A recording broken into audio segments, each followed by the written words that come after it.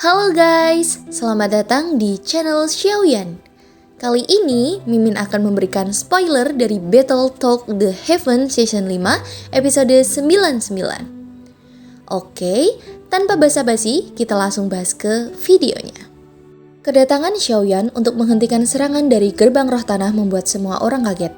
Namun, ketika dia melihat wajahnya, ternyata orang itu adalah Xiaoyan. Mantan Nalan Yanran sendiri yang dulu pernah direndahkan, dipermalukan, dan bahkan hingga akhirnya perceraian terjadi antara mereka. Xiaoyan tersenyum, kemudian melanjutkan bertanya mengenai keadaan Nalan Yanran. "Apakah kamu baik-baik saja?" Nalan Yanran terkejut karena ini pertama kali Xiaoyan yang benar-benar bicara dengan lembut padanya. Kelihatannya, Xiaoyan sudah melupakan tentang masa lalu mereka. Segera Nalan Yanran menjawab, "Aku baik-baik saja, terima kasih." Wang Tian dan yang lainnya berkata, "Sepertinya teman ini ingin bertingkah seperti pahlawan yang menyelamatkan wanita cantik." Xiaoyan tidak memperdulikan perkataan mereka. Akhirnya, segera mereka bertiga menyerang Xiaoyan dengan teknik mereka. Nalan Yanran segera memperingati Xiaoyan agar berhati-hati. Tapi, Xiaoyan masih santai menahan kekuatan mereka dengan inti api hijaunya. Xiaoyan kembali mengeluarkan pandangannya dan segera untuk melawan mereka. Kecepatan Xiaoyan yang benar-benar sangat menakutkan, bahkan dengan mudahnya Xiaoyan mengalahkan mereka bertiga dalam satu serangan saja. Nalan Yanran di samping kaget, mantan yang pernah ia anggap sebagai sampah telah melampaui di depannya.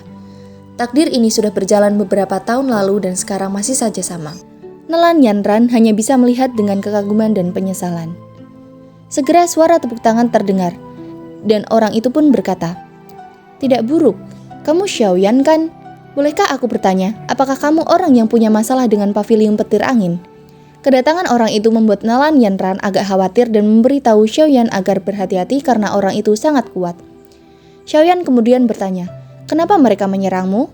Nalan Yanran menjawab, "Ada labirin alam di jalan Gunung Mata Surga. Jika seorang yang tidak sadar memasukinya, kemungkinan dia akan terjebak di dalamnya. Rubah putih psikis milikku ini kebal terhadap labirin. Siapapun akan berhasil keluar dari labirin jika mengikutinya. Mereka menyerangku karena mereka ingin merebut rubah psikis ini." Orang tadi kemudian menjawab, "Aku tidak butuh rubah putihmu. Namun, ketiga orang ini membutuhkannya. Aku punya hubungan dengan gerbang roh tanah, dan mereka menyuruhku untuk membantunya melewati labirin. Metodeku adalah rahasia faksi dan tidak dapat dibagikan oleh orang lain. Oleh karena itu, aku hanya dapat mencari rubah putih psikis untuk memimpin mereka." Xiaoyan dengan berani menjawab, "Kami tidak akan menyerahkan rubah putih kepadamu. Silakan pergi." Orang itu agak marah dan akhirnya memperkenalkan dirinya. "Aku Wang Shen, bukanlah seseorang yang bisa dengan mudah menyuruhku pergi." "Wang Shen, pavilion musim semi kuning." Xiaoyan dan Nalan Yanran agak terkejut. Nalan Yanran takut dengan identitas dan kekuatan Wang Shen. Tapi Xiaoyan terkejut karena dia bertemu dengan murid pavilion lainnya dan menunggu untuk bertemu dengan murid pavilion bintang jatuh. Nalan Yanran khawatir berkata, "Xiaoyan, kenapa kita tidak menyerahkan rubah putih itu pada mereka? Wang Shen ini sangat haus darah, apalagi dia sangat kuat. Kemungkinan dia sudah menjadi puncak kelas Dou Huang. Menurut rumor, dia pernah bertarung dengan beberapa iblis tua sekelas Du Zong dan tidak mati." Xiaoyan tersenyum mendengarnya. Cuma puncak Dou Huang, sedangkan Xiaoyan sudah sering membunuh orang tua dari kelas Dou Zong lebih dari 5 kali. Xiaoyan melanjutkan berkata, "Kamu bisa melupakan rubah putih jika kamu menginginkannya. Kamu hanya perlu melihat apakah kamu memiliki kemampuan." Wang Shen juga ikut tersenyum dan berkata, "Aku telah bertemu dengan Tang Ying dari pavilion 10.000 pedang sebelumnya. Dia mengatakan akan ada orang yang lebih menyenangkan untuk diajak bermain di belakang. Wiu pikir dia sedang membicarakanmu. Kalau begitu, aku ingin melihat apakah kamu bermain dengan menyenangkan seperti yang dia katakan." Segera Wang Shen langsung menyerang dengan kecepatan itu di depan Xiaoyan. Xiaoyan menahannya serangan aktivitas kegelapan Wang Shen dengan api surgawi Xiaoyan. Merasakan kekuatan api surgawi Xiaoyan, Wang Shen juga terkejut. Xiaoyan pun langsung mengeluarkan pedang hitamnya bersiap untuk bertarung lagi. Namun, Wang Shen segera berkata, "Tidak heran jika Tang Ying memperingatkanku. Kau memang punya kekuatan. Masalah hari ini akan berakhir di sini. Aku akan menunggumu di pos ujian Gunung Surgawi." Segera, Wang Shen menghilang dari pandangan Xiaoyan. Sedangkan Hua Tian juga mengikuti pergi setelah kaget bahwa Wang Shen ternyata takut dengan Xiaoyan. Kemudian, terjadi percakapan antara Xiaoyan dan Nalan Yanran. Xiaoyan berkata, "Kamu, apakah kamu berencana untuk pergi ke kolam darah gunung surga?" Nalan Yanran menjawab, "Iya, meskipun aku tahu sangat sulit bagiku untuk mendapatkan 1 dari 10 tempat dengan kekuatanku. Perjalanan ini ke sini dapat dianggap sebagai pelatihan." Xiaoyan melanjutkan bertanya, "Kenapa kamu di sini sendirian?" Nalan Yanran menjawab, "Guru sedang melakukan berkultivasi untuk berlatih. Oleh karena itu, aku keluar sendiri untuk mendapatkan pengalaman." Xiaoyan kemudian dengan ragu bertanya, "Apakah kalian berdua baik-baik saja selama beberapa tahun ini?" Nalan Yanran tersenyum karena paham maksud pertanyaan Xiaoyan yang sebenarnya bukan untuk dirinya. "Kamu ingin bertanya tentang guru, kan?" Maksud Xiaoyan sudah diketahui jelas oleh Nalan Yanran. Oleh karena itu, dia melanjutkan, "Apakah dia baik-baik saja?" Nalan Yanran menjawab, "Guru sangat baik. Terlepas dari masa lalu mereka, Yunyun dan Xiaoyan mempunyai perasaan masing-masing dan tidak bisa dijelaskan." Xiaoyan menghancurkan sekte Mystic Cult, namun perasaan cinta antara mereka masih. Hanya saja, fakta bahwa takdir tidak akan bisa mempersatukan mereka itu sudah sangat jelas. Xiaoyan bertanya tentang keberadaan Yunyun, namun Nalan Yanran menolaknya karena dia dilarang untuk memberitahukan keberadaannya termasuk kepada Xiaoyan. Xiaoyan tersenyum. Setidaknya dia baik-baik saja. Itu sudah cukup baginya untuk mengetahui keadaannya. Xiaoyan melanjutkan berkata, "Aku juga menuju ke kolam darah gunung surga. Jika mau, kamu bisa mengikutiku." Nalan Yanran dengan ragu berkata, "Bukankah aku akan menjadi beban bagimu?" Xiaoyan menjawab, "Aku tidak tahu jalan ke kolam darah. Setidaknya, jika ada kamu, kita akan tahu jalan." Nalan Yanran segera menyetujuinya. Perlu diketahui bahwa pegunungan surgawi dikendalikan oleh suku Magic Base yang sangat kuat, yaitu suku tikus penelan emas. Bahkan, beberapa dari mereka telah mencapai tingkat 7 dan berubah menjadi manusia. Segera, Xiaoyan dan Nalan Yanran melanjutkan perjalanan dengan dipandu oleh rubah psikis putih untuk menemukan jalannya. Namun, beberapa saat kemudian, Xiaoyan merasakan banyak musuh yang berada di sekitarnya. Segera, Xiaoyan berkata dengan sangat jelas, "Siapapun kalian yang berada di sekitarku akan kubunuh." Mendengarkan itu, sekelompok besar orang langsung keluar. Mereka dengan jelas menyerang Xiaoyan dan Nalan Yanran. "Semuanya, mari kita serang bersama. Setelah kita merebut rubah putih itu, kita akan bisa mendapatkan bagian dari kolam darah gunung surga." Mereka dengan jelas ingin merebut rubah psikis itu. Tentu saja pertarungan tidak akan bisa dihindarkan begitu saja. Dan Xiaoyan tidak akan menahan diri lagi. Di bawah serangan puluhan musuh, siapapun yang menyerang akan dibunuh oleh Xiaoyan tanpa sisa. Api surgawi Xiaoyan yang telah dikeluarkan beberapa dari mereka telah mati hanya dengan satu serangan Xiaoyan. Dengan kekuatan menakutkan Xiaoyan, musuh belum takut dan tetap ingin mengalahkan Xiaoyan.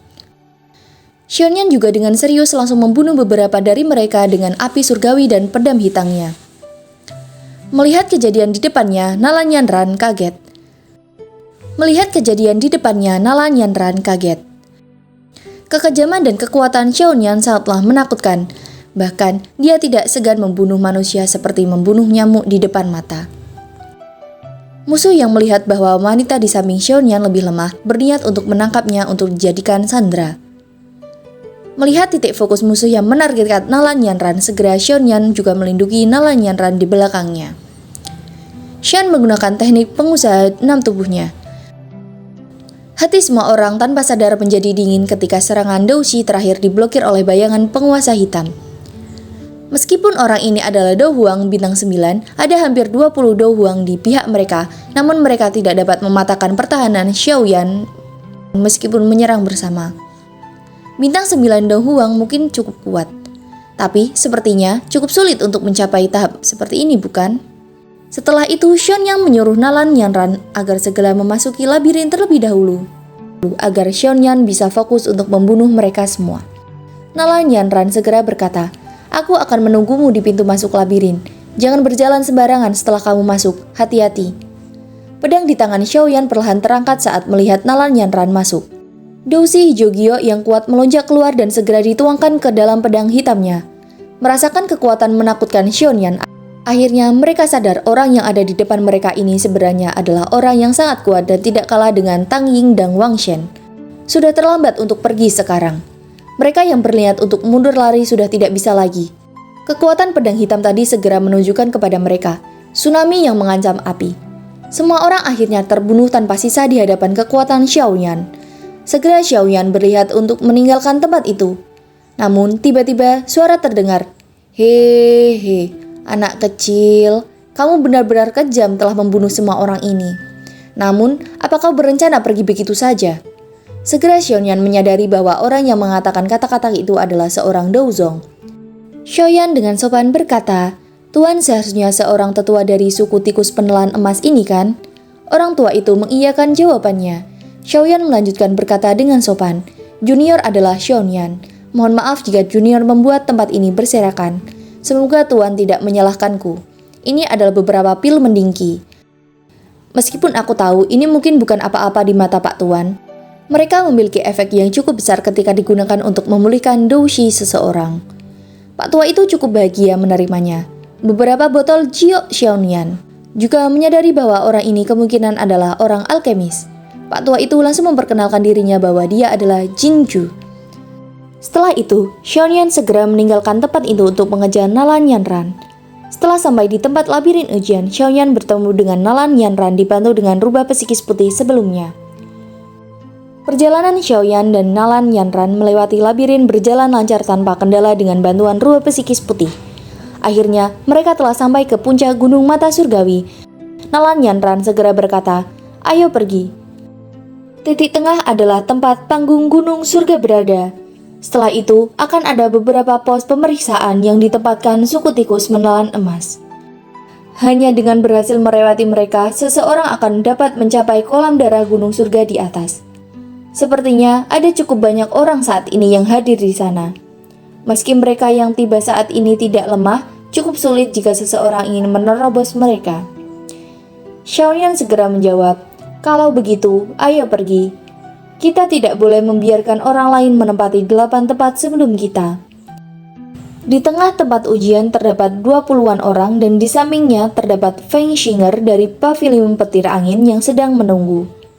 Setelah itu, Xiaoyan dan Nalan Ranyan akhirnya masuk. Kemunculan kedua orang ini tentu saja menarik cukup banyak perhatian dari mereka yang hadir. Banyak tatapan melesat ke arah kedua orang ini, namun kebanyakan dari mereka tidak mengenal Xiaoyan dan Nalan Yanran. Di tempat lain, Feng Xinger berfokus dengan kedatangan Xiaoyan. Xiaoyan mengamati sekitarnya, dia melihat Tang Ying, Wang Sheng, Feng Xinger, dan yang lainnya. Namun Xiaoyan kaget dengan anak kecil yang berada di sana. Nalan Yanran memperingati Xiaoyan agar berhati-hati. Orang itu adalah Mu Xingluan dari pavilion bintang jatuh. Walaupun dia terlihat sebagai yang paling kecil, namun dia sangatlah kuat. Mendengar informasi pavilion bintang jatuh, Xiaoyan bahagia. Namun, setelah langsung datang pemimpin klan tikus menelan emas yaitu Jinxi, seorang magic beast tingkat 7 yang telah berubah menjadi manusia dengan kekuatan Douzong bintang 6, dia segera memperkenalkan dirinya dengan berkata, "Aku adalah pemimpin dari suku tikus penelan emas Jinxi. Karena kalian semua sudah sampai di tempat ini, kalian pastinya bukan orang biasa. Kalian harusnya tahu hanya dengan melewati pos ujian, kalian akan dapat memperoleh 8 tempat tersisa dari kolam darah." Ya, baiklah, saya cukupkan sampai sekian saja ya dengan spoiler dari saya tentang Battletoad The Heaven Season 5 episode 99. Ini untuk episode minggu depan. Saya minta maaf jika ada kesalahan ucapan dalam penjelasan saya. Terima kasih yang sudah menyaksikan video ini. Sekian dari saya. Wassalamualaikum warahmatullahi wabarakatuh.